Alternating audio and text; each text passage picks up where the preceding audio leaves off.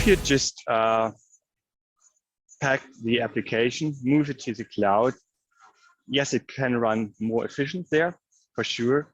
But you're missing actually the new things that you could do with the cloud, where you drive and add more applications, more innovation topics to that.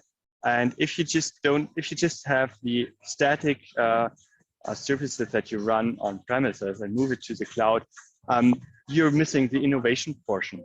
There's a need of transformation, and it's not only a technical transformation, it's also a transformation of the people working with the application itself.